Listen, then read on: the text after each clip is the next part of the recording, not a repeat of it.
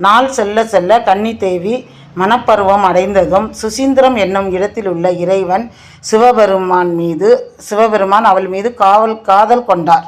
அவருக்கு அவளை திருமணம் முடிப்பதற்கு வேண்டிய ஏற்பாடுகளும் மேற்கொள்ளப்பட்டன.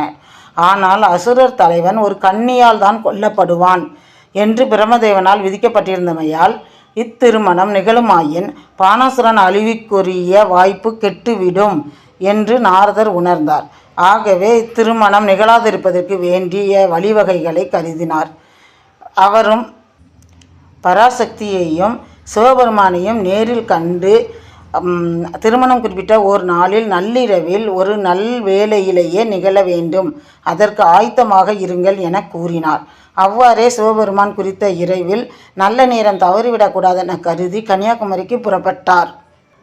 போகும் வழியில் வழுக்கம்பாறை என்றும் இடத்தை அடைந்த போது நாரதர் ஒரு சேவல் உருக்கொண்டு உரக்க கூவினார். பொழுது புலர்ந்து விட்டதென தவறுதலாக புரிந்து கொண்ட சிவபெருமான் சுசீந்திரத்துக்கு வருத்தத்துடன் திரும்பினார்.